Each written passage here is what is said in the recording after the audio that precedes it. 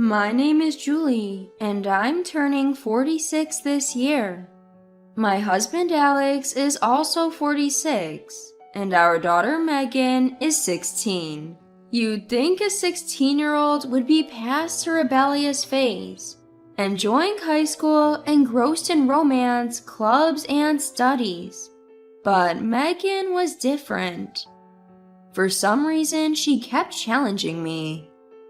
As a mother, I'd often caution her when she wore short skirts or outfits that emphasized her cleavage, especially for a high schooler. You know, dressing like that will only attract the wrong kind of attention. There's nothing good about it. Or, this is the age when you look your best just being yourself. Why make yourself look cheap? You can wear those outfits when you're older. I tell her just common sense advice. Megan is beautiful and had good grades up until middle school. But lately, it seems she's made some questionable friends. However, talking sense into her was challenging. At first, she'd brush me off with a, yeah. But gradually, she started to retort, "You're always nagging." Apparently, she believes that by flaunting herself, she's becoming more attractive to boys, and I'm just being a nuisance. They're not attracted to you, they're just seeing you as easy prey. She'd snap back, "Are you jealous? You're just an old lady, worn out from life. All you do is household chores without even bothering to dress up or put on makeup." Well, listen. She wouldn't let me speak. At least I'm not like those creepy older women trying to compete with their daughters, acting like they're sisters. That's just gross. No, they don't look like sisters. She might have a point, but her tone and choice of words have become harsher. Then she said something unbelievable. "Are you just jealous of how I dress? Can't handle my youth?" Why would I be jealous? I've heard there are mothers out there who are jealous of their own daughter's youth and beauty, but I'm not one of them. I have no reason to compete with my daughter. I just don't want the daughter I've cherished and raised to make a mistake at such a crucial time in her life. At 16, you might think it's not important to be liked by boys right now. If you study hard, get into a good college, and land a job at a reputable company, you'll meet plenty of great men. But life isn't just about attending a top college or working for a top-tier company. I get that. Still, the environment you surround yourself with matters. Places filled with people who worked hard tend to have more genuine individuals. That's why I hope you won't engage in behavior that attracts the wrong crowd right now. But my daughter wouldn't listen to me. In fact, the more I spoke, the more defiant she seemed to become. Back up! One day, she finally snapped at me with those words. The pain of not being understood left me drained. From that day on, she increasingly isolated herself in her room, avoiding me. One day, when I discreetly listened outside her door, it sounded like she was making money using her smartphone. It was something called live streaming on the internet. Just a hint of sensuality could drastically increase her earnings. That might explain her preference for revealing clothes. It's a nightmare. The mere thought of my daughter exposing parts of her body to strangers for money sent shivers down my spine. But my logical arguments fell on deaf ears with her, who found immense joy in this fleeting activity. I didn't want her to lose her way in life, being so engrossed in such transient pleasures. How could I make her understand my feelings? I finally confided everything to Alex. He immediately said, "I got it. I'll talk some sense into her." But after spending almost an hour in her room, he came out looking defeated. How did it go? Well, after hearing her out, I think you might be the problem. What? Maybe you're being too intrusive? She's not a little kid anymore. I wonder what kind of conversation the father and daughter had.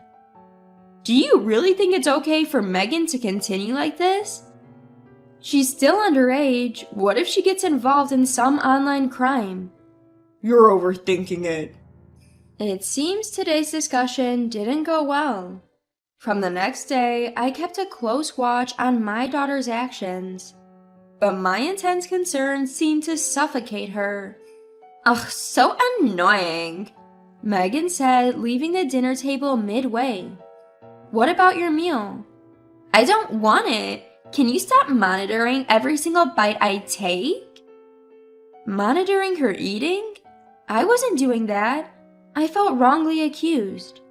But when she said that, Alex chimed in. Hey, you need to chill out too.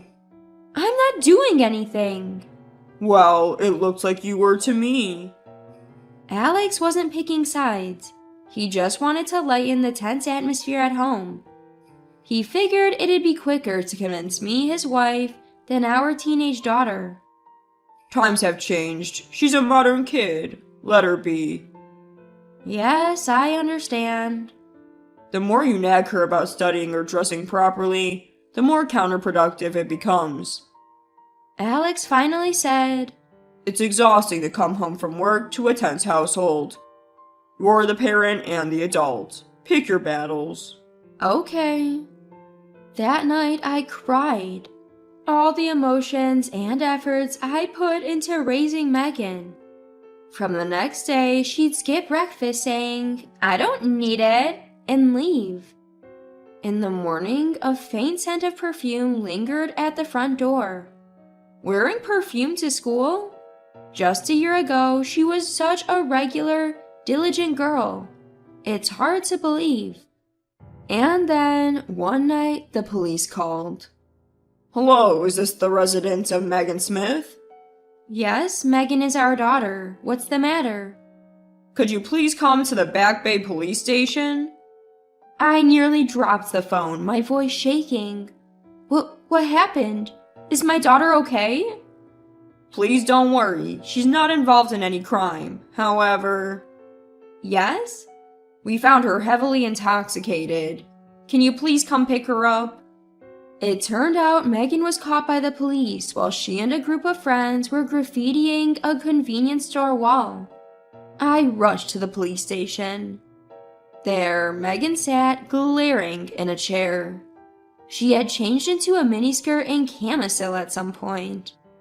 Though she came home without resistance, Alex was understandably furious with her that night. What were you thinking? Megan retorted, It's because Mom's always nagging. I don't want to come home. She blamed me for her actions, and as if being taken in by the police wasn't enough, she began to act out even more, making it seem to Alex like she was the victim. Mom, did you go through my room again? I would never do that. Liar, my clothes were moved around. Stop it, it's creepy. This was how our breakfast conversation started. For Alex, morning arguments before work were the last thing he needed. Eventually, he slapped me across the face. Enough! Stop being so controlling with Megan. Don't you see? The more you push her, the more she feels cornered. He said, making me out to be the villain. Megan seized the moment. Exactly! You're annoying, overbearing, and creepy. I don't need a mom like you. Just leave. Or maybe I should leave? She threatened. Hearing this, Alex tried to calm Megan. Settle down. Then to me, You need to leave for a while. Go to your parents' house and cool off. Fine, I'll leave. At my breaking point, I confessed. There's something I need to tell you, Megan. I'm not your real mother. I had planned to keep this secret until she was older, but I felt the need to reveal everything now. Megan, for a moment, looked defiant, but I continued. You're not my biological child. You were abandoned by your birth mother and were in an orphanage when you were a baby. My husband and I, unable to have children, adopted her as an infant and raised her with all our love. Your biological mother was a troubled high school student who got pregnant young. You were abandoned, I told her. It must have been hard for her to hear this, but I continued. I didn't want you to follow in the footsteps of a mother who would abandon her child. I hoped you'd grow up right, especially knowing you had the blood of a parent who could do such a thing. Megan looked stunned. I'm not saying there's anything wrong with getting pregnant young, but in the end, you were abandoned. I wanted you to have a normal life, a happy marriage. With that, I left the house. Later, Alex told Megan cried her heart out that night. She must have been overwhelmed with emotions. After some time, when I heard Megan had calmed down, I returned home. But she seemed unchanged. Still dressing flashy and hanging out, I decided not to say anything anymore. Let her live her life. Sometimes letting go is also a form of love. Before we knew it, she was in 11th grade. As expected, her grades were poor. Her GPA was so low it seemed irredeemable. Most of her classmates at her academically rigorous school were college-bound. With her grades, she might barely make it into a low-tier private college. Realizing the gravity of her academic situation in 11th grade, she started skipping school, probably too embarrassed to face her peers. Eventually, she ended up working on a production line at a local factory after high school. But the local bad boy she used to hang out with still tempted her into mischief. It was a vicious cycle she couldn't escape. At work, she was known as the girl with the worst grades and behavior from that prestigious school. She struggled to fit in. Then one day, screenshots from a live stream she did as a prank with her then boyfriend surfaced on an online forum. The post read, SMH, live stream from high school grad Megan, LOL. Even using her real name. Worse, it was one of those notorious internet forums where posts can't be removed without legal action and a hefty fee. Even if we paid to remove it, it could just be reposted endlessly. This is the digital tattoo. The shock of finding this, combined with her existing work stress, was the last straw for Megan's fragile mental state. She fell into depression. She couldn't work anymore, got fired, and became socially isolated. Day after day, she'd cry, regretting her actions, saying she didn't want to live anymore. I bit back the urge to say, I told you so. It would be cruel to blame her now, especially when she's finally realizing her mistakes. But I didn't want to abandon her, thinking this was the result of her actions. I wanted to give her another chance. If only you could finally understand now. It's too late for regrets, and she's already behind her peers. But Megan is still young. She can start over. I placed a pile of brochures from various vocational schools and colleges from other states in front of her. Megan, either go back to studying and aim for college or learn a trade, I said, breaking our 2-year silence, guiding her once again. I had left her alone, hoping she'd realize her mistake someday. And finally she did. Megan said, Mom, I'm sorry. I replied, I always believed you'd understand one day, and gently stroked her hair. Her shiny, silky hair seemed to symbolize her still vibrant life and potential. Can I really start over? Of course. Okay. She looked at me with uncertain eyes. So I told her without a doubt, after all, you're my daughter. She burst into tears, saying, Mom, I was so stupid. I can't stand it like this. Yes, so you'll work hard. That night, I convinced Alex to fully support Megan's recovery. He apologized for prioritizing work over our daughter and blaming me for her behavior. I'm sorry. He felt helpless and ashamed as a father, seeing her grades plummet. But I said, that's in the past. Let's support Megan in whatever choice she makes from now on. Alex nodded. After some time, Megan decided she wanted to attend nursing school. I'll work really hard, she vowed. We were ready to use our savings for her. She studied hard and got into the vocational school. She'll start in the fall. From now on, she'll pave her own way.